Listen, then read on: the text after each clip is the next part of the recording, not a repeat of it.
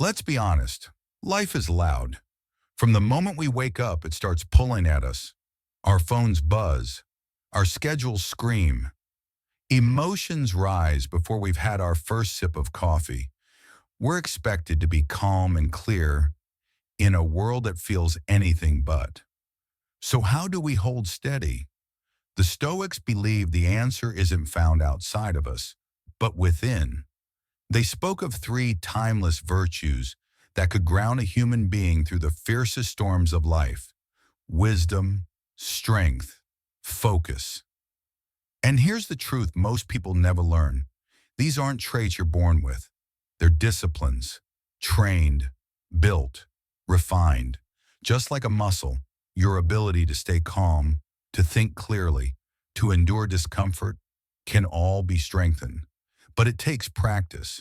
And the training happens in everyday moments, in traffic jams, during difficult conversations, while sitting alone with your thoughts. Wisdom is the ability to see things as they truly are, not through fear, not through fantasy, but through clarity. It's what helps you pause instead of panic. Choose instead of react. When you're wise, you don't chase truth, you observe it. Strength isn't loud. It's not about shouting or showing off. Real strength is quiet. It's in your ability to endure, to stay kind when you're tired, to stay honest when it would be easier to lie. Strength is carrying your burdens without making the world carry you. And focus, that's your power to direct your attention like a spotlight, not scattered, not reactive, but intentional. In a world that tries to steal your energy with noise, focus is how you say, "This matters." That doesn't. Think about it. What if you could walk into each day with a mind trained to see clearly, a heart trained to hold steady, and energy trained to move with purpose? That's what the Stoics did. They didn't wait for better weather to be at peace. They didn't need the world to calm down before they found calm within themselves. Instead, they trained their responses, moment by moment, one breath at a time. Marcus Aurelius, who ruled an empire while battling illness, betrayal, and war, once wrote, "You have power over your mind, not outside events. Realize this, and you will find strength." This is the Stoic path: to stop being ruled by moods, to stop depending on motivation, to start living from discipline, clarity, and stillness. It's not a path of perfection. It's not about being unshakable all the time. It's about choosing to return again and again to who you want to be. And maybe that's what brought you here. Maybe you're tired of being pulled in 1,000 directions. Maybe you're ready to stop reacting and start responding. Maybe you're not looking for shortcuts anymore, just something solid to stand on. If that's you, welcome. You don't need to become someone else. You just need to practice the kind of presence that was already yours before the noise got too loud. So today I invite you to train, not your outer world, but your inner one. Start where you are. Let this be your gym. Let life itself become your teacher. Wisdom, strength, focus. These aren't fancy ideas. They're daily disciplines. They're quiet revolutions. And they begin right now, with you. Wisdom is sight beyond emotion. What is wisdom? It's easy to confuse it with intelligence. Degrees on a wall, books you've read, clever things you can say. But wisdom isn't just knowledge, it's clarity, especially when things get messy. Real wisdom is the ability to see the world as it truly is, without panic, without fantasy, and without the need to control everything. Imagine this. The plan you were counting on falls apart. You feel insulted in a conversation. You open your phone and read something that triggers old insecurities. What happens next? For most of us, the mind rushes to fill in the blanks. This always happens to me. They must not respect me. I've failed again. But what if the event itself is not what's causing the suffering? What if it's the story we're telling ourselves about it? The Stoics taught that most suffering doesn't come from what happens, but from how we interpret what happens. Marcus Aurelius reminded himself, it's not things that trouble us, but our judgment about them. So here's the first discipline of wisdom. Slow down your reaction, not out of fear, but out of self-awareness. When someone insults you, pause. Ask, is this really about them? Or have they touched a wound I haven't healed? When your plans fall apart, don't catastrophize. Instead ask, what do I still have control over in this moment? When everything feels overwhelming, step back, breathe, ask, what is actually happening right now? Not in my head, but in reality. These small pauses are everything. They don't just slow the spiral, they make space for wisdom to enter. They give you a chance to respond, not react. They shift your posture from defense to awareness. Because wisdom isn't about having all the answers. It's about being honest enough to ask the right questions. What belief of mine is being threatened right now? What expectation was just broken? What assumption might be blinding me?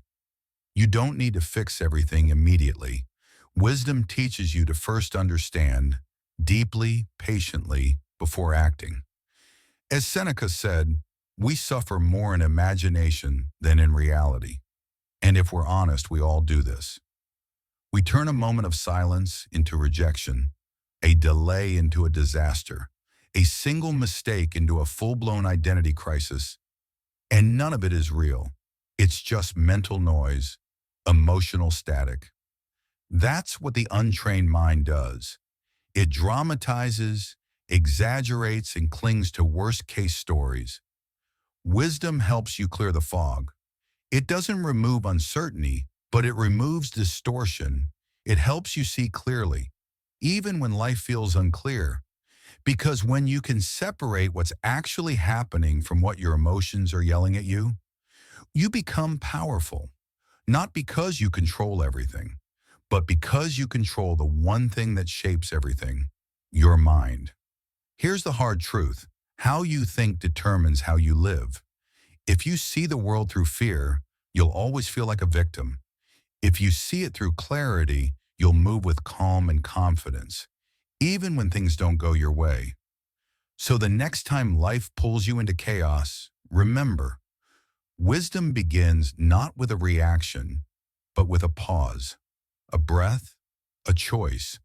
That's where clarity lives, and that's where your power begins. And now that we've clarified how wisdom clears our vision, let's talk about the inner strength that carries us forward when clarity isn't enough. Strength is quiet endurance. What does real strength look like? It's probably not what most of us were taught. It's not loud. It's not the person who dominates the room or always has the last word. It's not brute force or bravado. Real strength is quiet. It's the kind that shows up when no one's watching. It's the part of you that keeps going, not to impress anyone, but because you know what kind of person you want to be. The Stoics understood this deeply. To them, strength wasn't about overpowering others. It was about enduring with dignity. And let's be clear, endurance doesn't mean numbness. It doesn't mean pretending everything's fine or suppressing your feelings. It means staying rooted in your values, even when your emotions try to pull you away from them. Think about it. It's easy to be kind when you're rested and life feels smooth. But can you stay kind when you're exhausted? Can you stay calm when someone provokes you?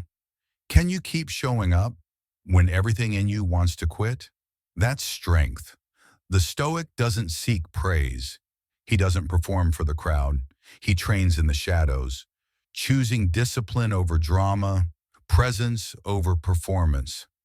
Because strength isn't reactive, it's resilient. It bends, but it doesn't break. You probably live this in quiet moments. waking up early to face the day, even when you're drained, choosing not to lash out, even though anger rises in your chest, taking the next small step, even when progress feels invisible. These aren't small acts. They're powerful victories because they build something within you. Each one is a quiet declaration. I am not ruled by my emotions. I will not let difficulty dictate my character. I will keep showing up, not because it's easy, but because it's right. Adversity, in the Stoic view, is not a disruption. It's the training ground. It's where character is refined. It's where your values are tested, not in theory, but in life. Every challenge you face poses one simple question. Will you react, or will you respond with virtue? Will you let pressure mold you into someone bitter, or will you let it shape you into someone wiser? True strength is not the absence of struggle. It's the quiet endurance through it. It's the ability to walk through fire without becoming the fire. And here's the part that most people miss. You don't build this kind of strength in dramatic, cinematic moments. You build it in small, often unnoticed choices. You build it when you choose patience instead of snapping. When you hold yourself accountable instead of blaming others. When you keep your word to yourself, even when no one is watching. The world may not see those choices, but you do, and they add up. Day by day, they become the spine of your character. And one day you'll look back and realize you didn't just survive hard things. You became someone strong because of them. So when life feels heavy, when the weight of it all seems too much, don't rush to escape it. Stand with it.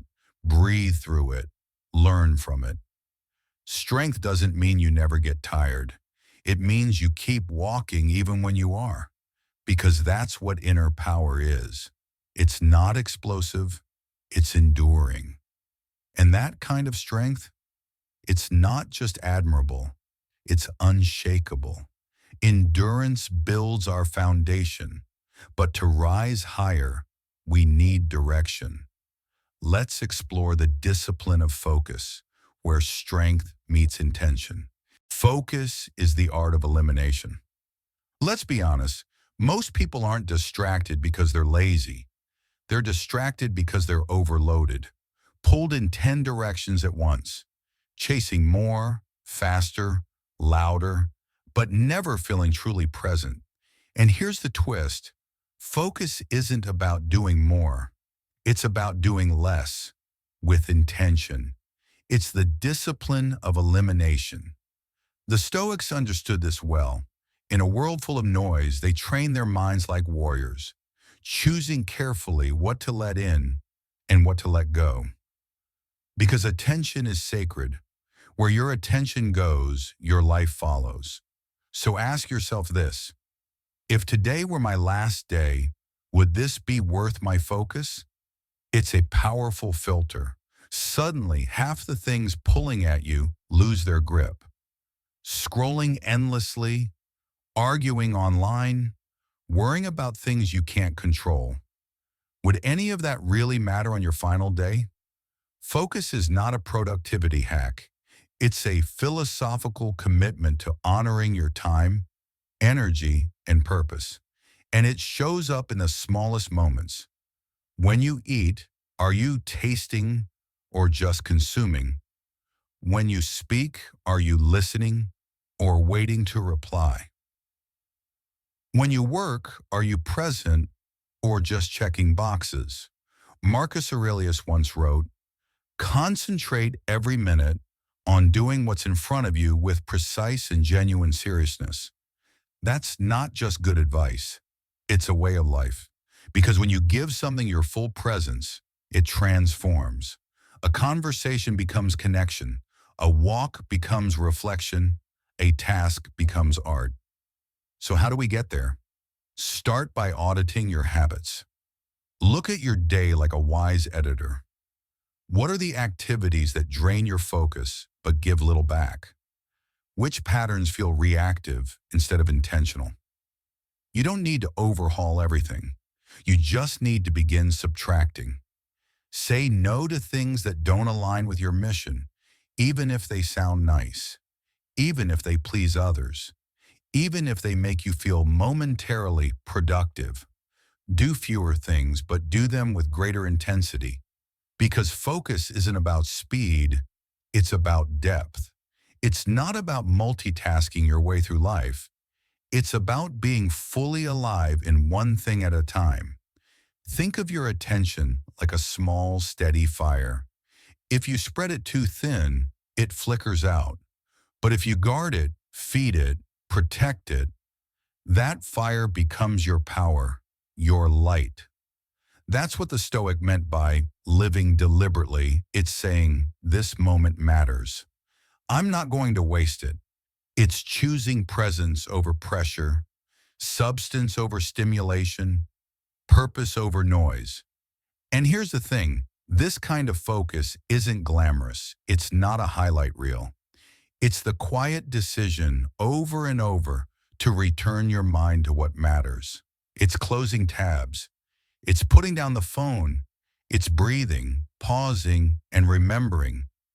You are not your distractions. You are what you choose to give your life to. And your life is built, not in grand events, but in the small, repeated acts of attention you give each day. So protect that attention. Guard it like a warrior protects fire, deliberately, fiercely, and without apology. Because in the end, what you focus on doesn't just shape your day, it shapes who you become. Once we know what truly matters, we must also know how to hold our ground emotionally. Let's talk about the power of responding without reacting. Respond, don't react. How many times have you said something in the heat of the moment and regretted it the second it left your lips? We've all been there. The insult, the sharp comeback, the angry email. The door slammed too hard. It's so easy to react, so easy to let our emotions drive the wheel. But reaction, though fast, is rarely strong. The Stoics believe that the most powerful person isn't the loudest in the room.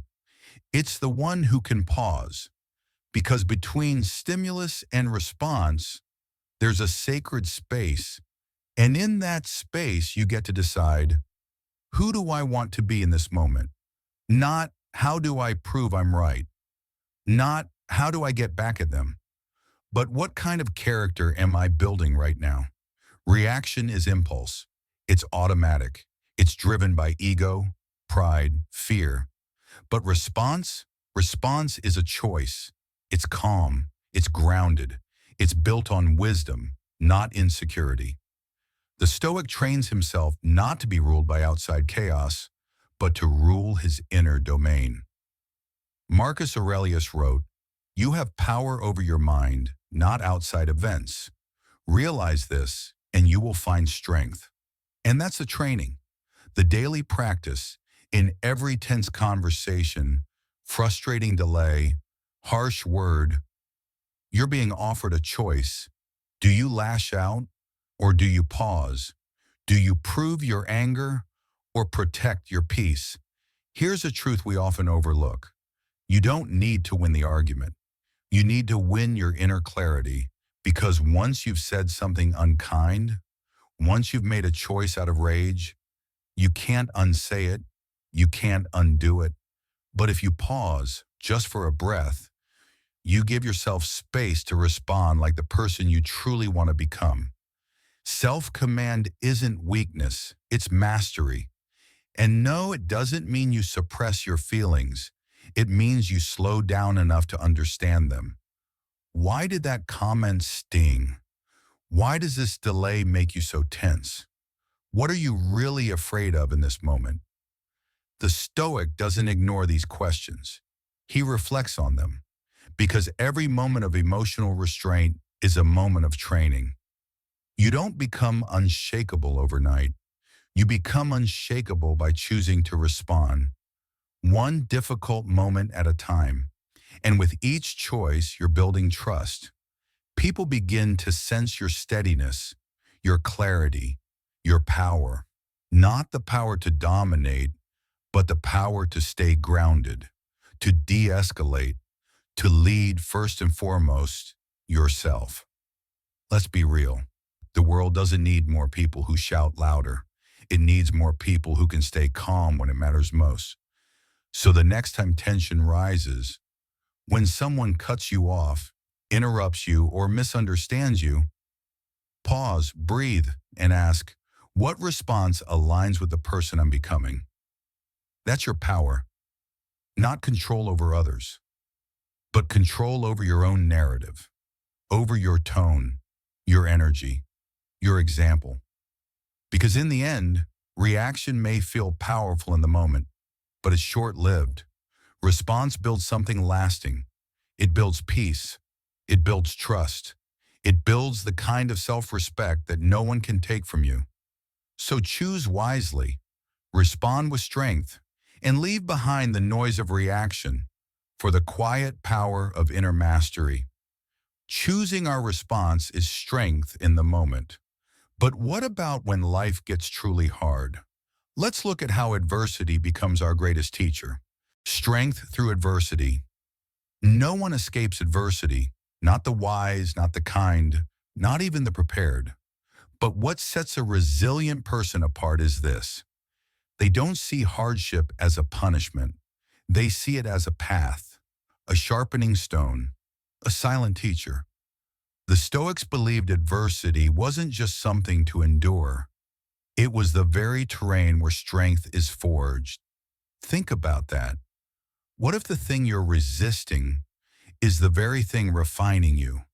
What if this setback, this struggle, isn't here to break you, but to show you what you're made of?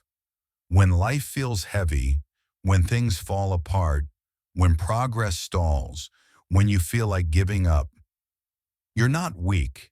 You're in training. Because real strength isn't built in comfort. It's built in challenge. Seneca once wrote, "Difficulties strengthen the mind as labor does the body." And that's exactly how the Stoics lived. They didn't pray for easy roads. They trained for difficult ones. They welcomed difficulty like a blacksmith welcomes fire, knowing it's what tempers the blade. Adversity is not your enemy. It's your mirror. It reveals what you truly value. It shows you whether your priorities hold up when pressure hits. Anyone can be calm when everything's going right. But who are you when nothing's going as planned? That's the test, and that's the opportunity. Each challenge you face becomes a proving ground, not just for survival, but for virtue, for courage, for patience, for persistence. Because when you keep showing up, even when it's hard, when you choose integrity over comfort, when you grow stronger without becoming bitter, that's not weakness, that's mastery. So let's reframe this. You're not being punished, you're being shaped. You're not falling behind, you're being prepared for something deeper.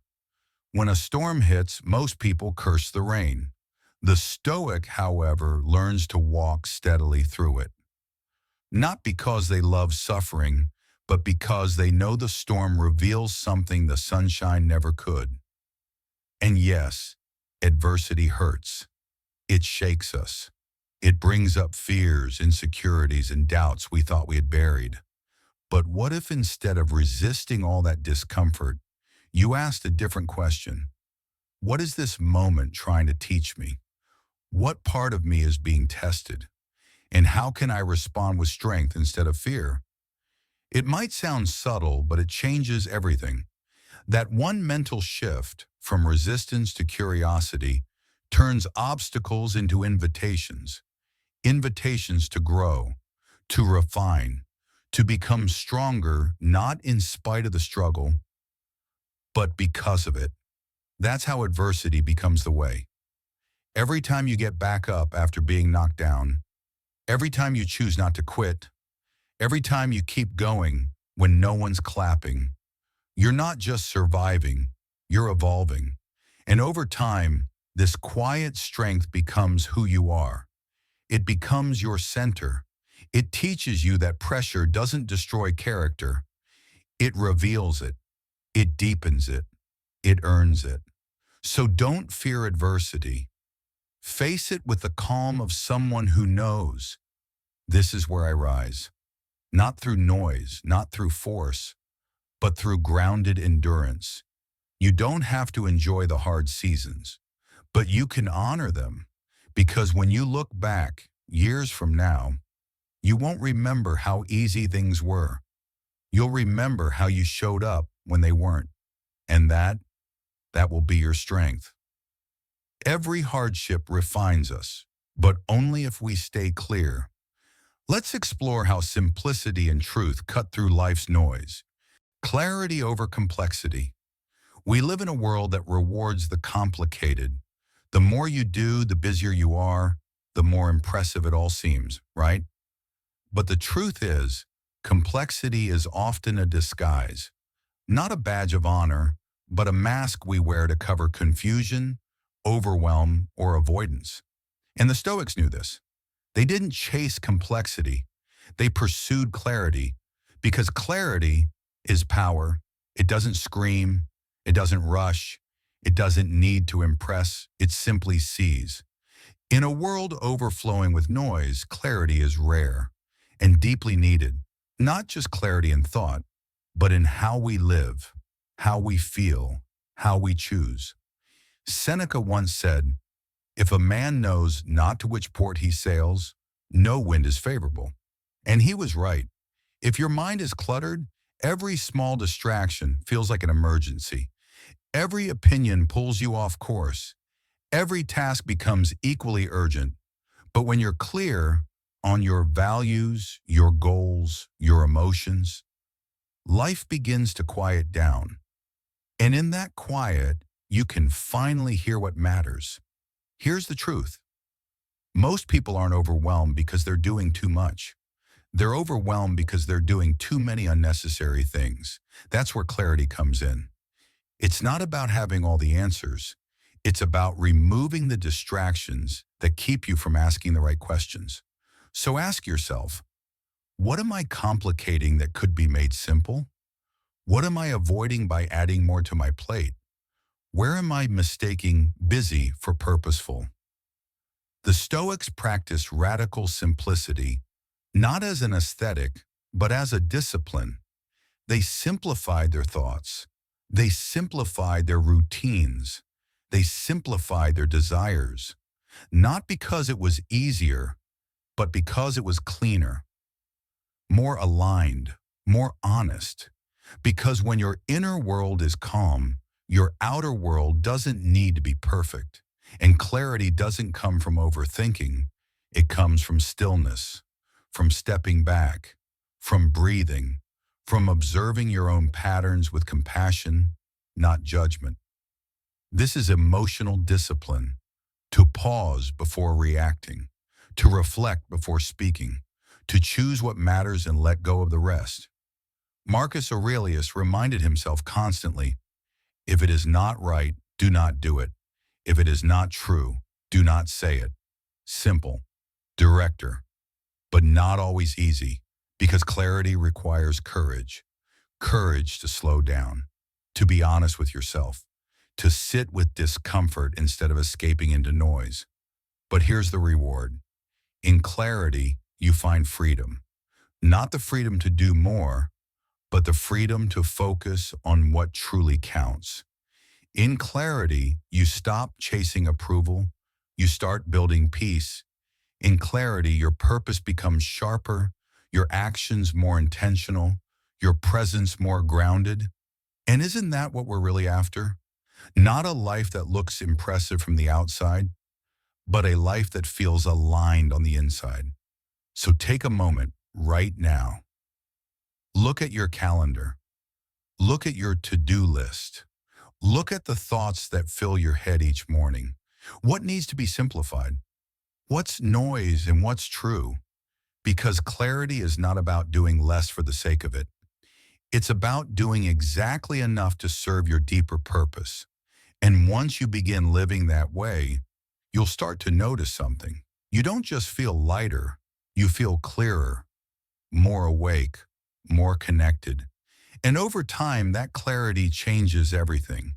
So today, choose clarity over complexity, not because it's trendy, but because your peace, your focus, and your growth depend on it. Once we remove the clutter, we create space. And in that space, stillness begins. Let's enter the quiet that sharpens our soul, the discipline of stillness. In today's world, stillness is often mistaken for laziness. We're told to move faster, achieve more, keep going. But the Stoics saw stillness not as idleness, but as a form of power. Stillness isn't about doing nothing. It's about choosing where your mind rests. It's not weakness, it's mental mastery. Because when the world is loud, your clarity lives in quiet. And in the quiet, you remember who you are. Ask yourself, when was the last time you were truly still? Not scrolling, not reacting, not thinking about the next task on your list. Just being, fully present, fully aware. That kind of stillness doesn't just happen. It's a discipline, a practice. And like all disciplines, it trains you. When you give yourself even a few minutes a day to sit in silence, you begin to see differently. You notice your thoughts instead of becoming them. You witness your emotions instead of being ruled by them. You learn to pause between stimulus and response, and in that pause, power grows. Marcus Aurelius wrote in Meditations, "Nowhere can man find a quieter or more untroubled retreat than in his own soul." He wasn't talking about escapism. He was talking about returning to what's essential. In stillness, we shed the noise of ego, the pressure to be seen, the impulse to prove. We return to intention, to breath, to virtue. Stillness isn't always sitting cross-legged in meditation. Though that's a great place to start, it's being still while washing dishes, fully present. It's being still when someone offends you and choosing not to react. It's being still when your mind wants to race, but you stay grounded in your breath. This kind of stillness is active. It sharpens awareness. It strengthens emotional balance. It elevates your decision-making. Because when you're still, you don't just hear your thoughts, you can question them. You can ask, is this fear or fact? Is this urgency or ego? Is this reaction or reflection? And that kind of inquiry, it changes everything. Stillness becomes your anchor in a chaotic world. You don't get pulled into every crisis. You don't get caught in every emotion. You stop living on autopilot and start living with depth.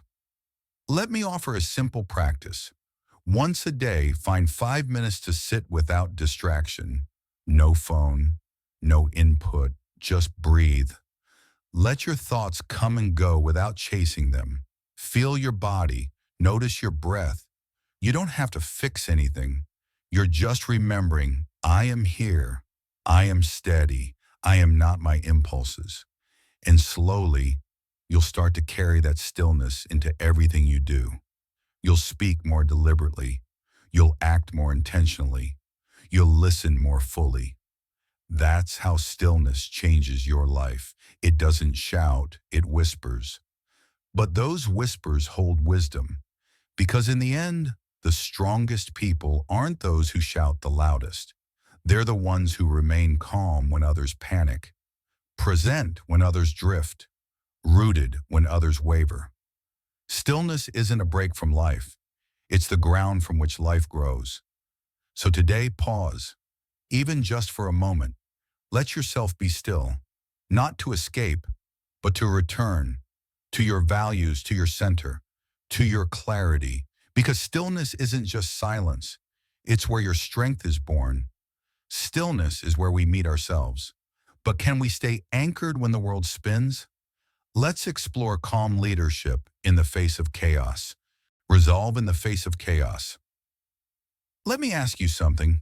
When life becomes loud and uncertain, where do you go inside yourself? Because chaos isn't just what happens around you. It's what stirs within you, if you let it. But here's the truth the Stoics knew well. You can't always control the storm, but you can control your stance within it. Chaos is external. Your mindset? That's internal. You don't need everything to be perfect to feel peace. What you need is resolve, the kind that anchors you when the ground starts shaking. So how do you build that kind of inner steadiness? It starts with one simple realization. Your reaction is your responsibility. You can't stop the world from spinning, but you can choose not to spin with it. This is the power of composure, not numbness, not indifference, but a calm rooted in clarity. The Stoics didn't avoid crisis, they prepared for it. Marcus Aurelius ruled during plague, war, and betrayal. And yet in his meditations, he wrote not about despair, but discipline. He reminded himself daily, you have power over your mind, not outside events. Realize this, and you will find strength. That's what resolve looks like. It doesn't mean pretending things are fine. It means standing tall when they're not. So when everything feels chaotic, pause. Return to what is still true. Ask yourself, what do I actually control right now? What values will I hold to, even here? How can I show up with steadiness, not just survival? When the world is noisy, clarity becomes your superpower. That clarity comes from within, from your routines, your principles, your breath. Maybe it's your morning stillness. Maybe it's a grounding phrase you repeat. I remain calm. I remain clear. I remain me. These small anchors aren't small at all. They're the reason you don't get swept away. You see, resolve doesn't come from resisting life. It comes from accepting it and still choosing your best response. Because even in crisis, you are not powerless. You are the witness to the chaos, not the chaos itself. You are the captain of your mind, not a passenger on the waves. In moments of overwhelm, ask, who do I want to be in this situation? And then act like it. Not for perfection, but for presence. That's what others remember, by the way. Not the noise, but the person who remained grounded when everything else cracked. In times of chaos, the calm person becomes a leader. Not by title, but by temperament. And if no one else around you is steady, then you go first. Be the one who breathes instead of panics, who listens instead of lashes out, who leads with inner strength instead of reacting out of fear. Because real leadership doesn't start with others. It starts with how you lead yourself. So next time life feels unstable, remember, you don't need control. You need composure. And composure isn't passive. It's a choice, a discipline, a return to who you are beneath the noise. Let your mindset be your anchor. Let your values be your compass. And let your calm be the most powerful thing in the room. When the storm passes, what remains is the ordinary. But within the ordinary hides greatness. Let's learn to honor the quiet work that builds character. Excellence in the ordinary. We often chase greatness as if it's a destination, a milestone, a breakthrough moment, a title, a trophy, a big event that finally proves we've made it. But what if greatness was never about the loud moments at all? What if it was built quietly, dish by dish, breath by breath, choice by choice?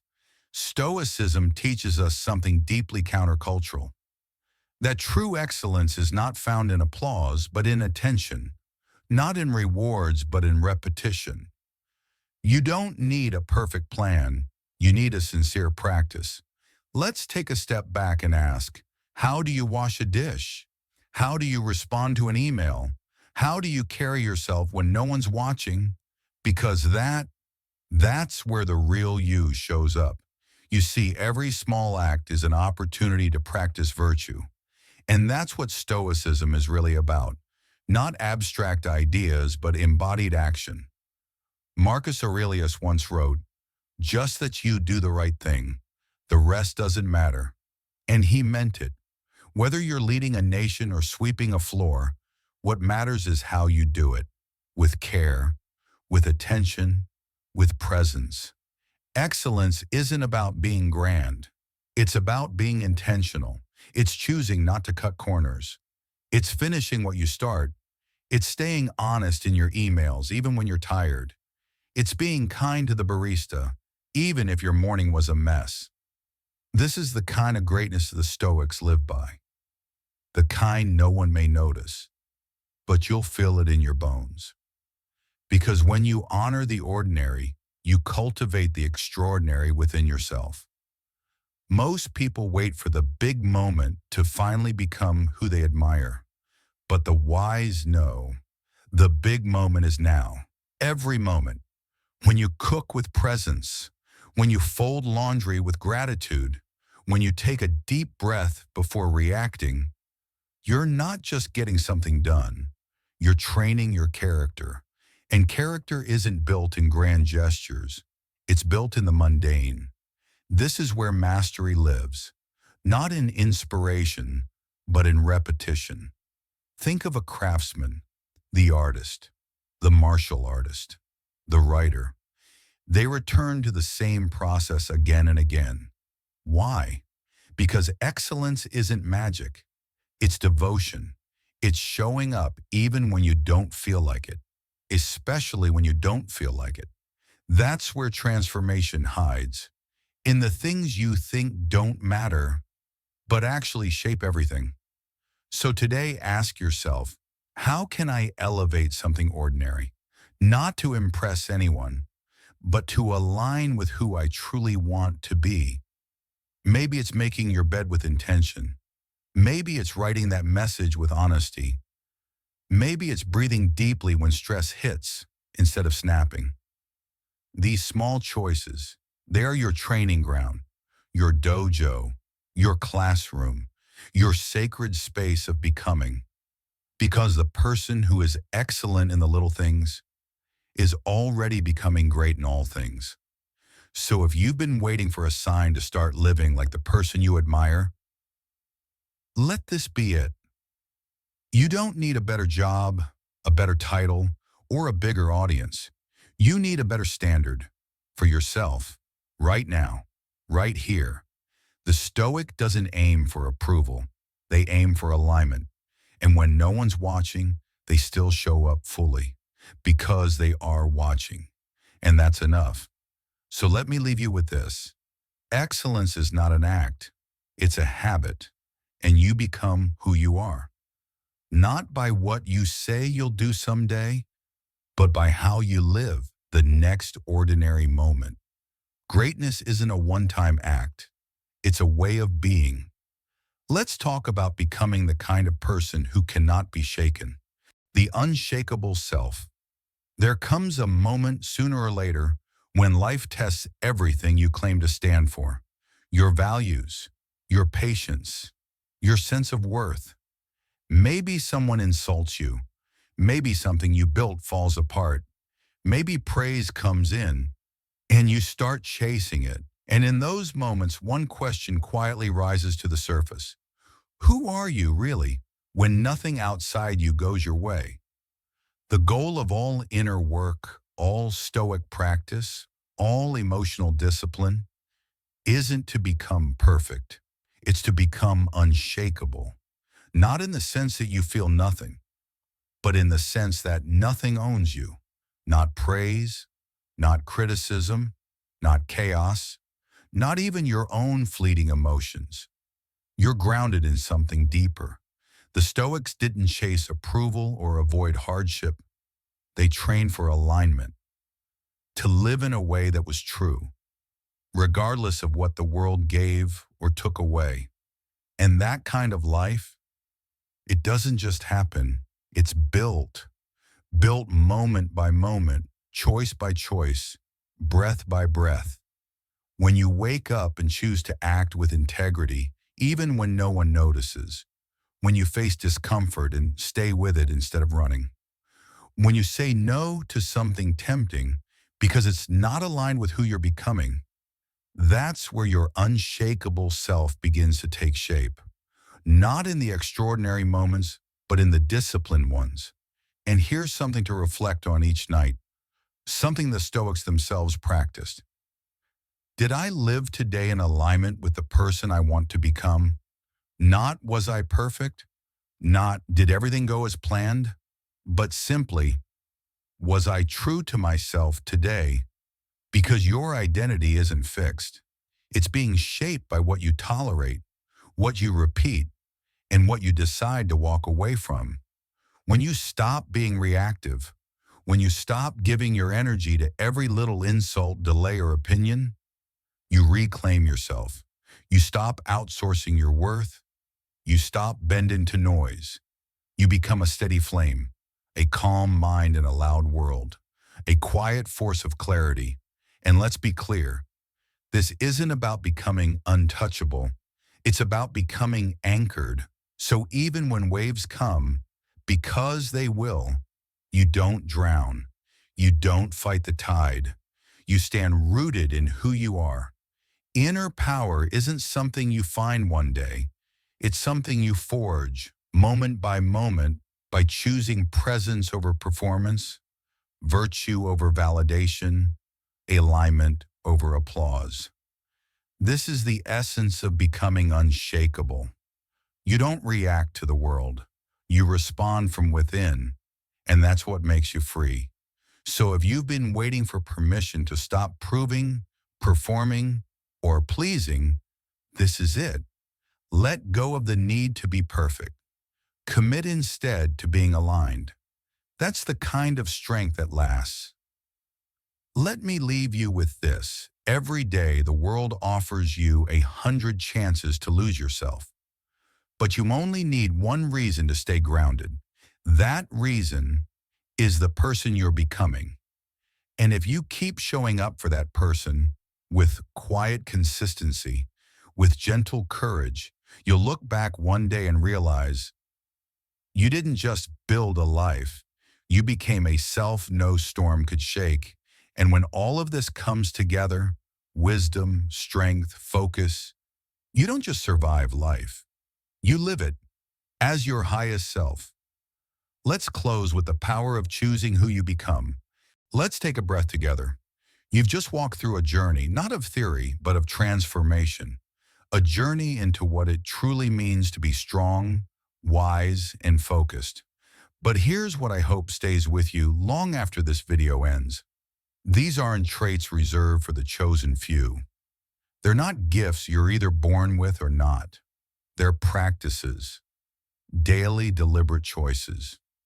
Strength is not some loud, showy display.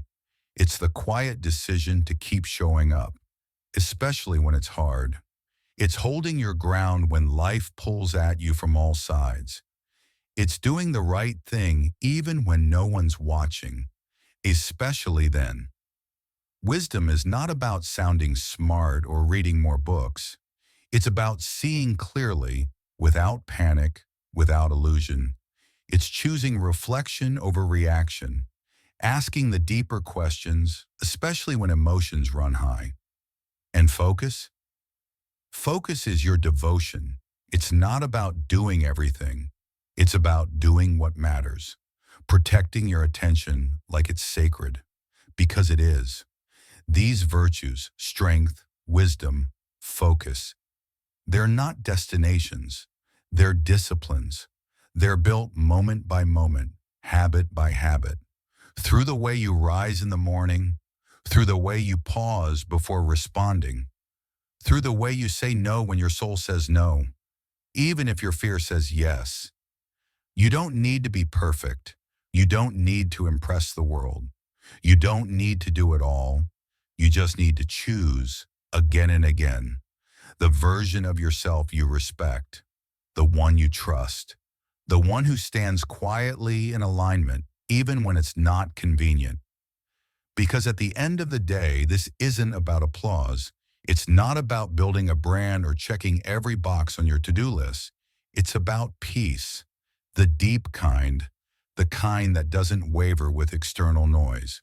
Marcus Aurelius once said, "The happiness of your life depends upon the quality of your thoughts." And your thoughts are shaped by what you practice, by what you repeat, by what you allow in, and what you let go of. So if you remember anything from today, let it be this. Every moment is a chance to begin again, to pause, to breathe, to align. And as you do, you're not just becoming stronger, you're becoming more you. A you that doesn't need the world to approve. A you that is steady, even in chaos. A you that is not shaken by emotion or praise or pressure, but grounded in purpose. So take this into your life, not as pressure, but as permission, permission to slow down, to choose presence, to live intentionally, even in the small things, because that's where transformation happens. Not in the loud moments, but in the quiet, deliberate ones. Not in perfection, but in presence. You don't need to do it all today. You just need to begin, and begin again tomorrow, because that's what strength really is. That's what wisdom looks like, and that's what true focus feels like. Now, if this message resonated with you, stay with us. This channel is here to remind you, not of what you lack, but of what's already within you, waiting to be practiced.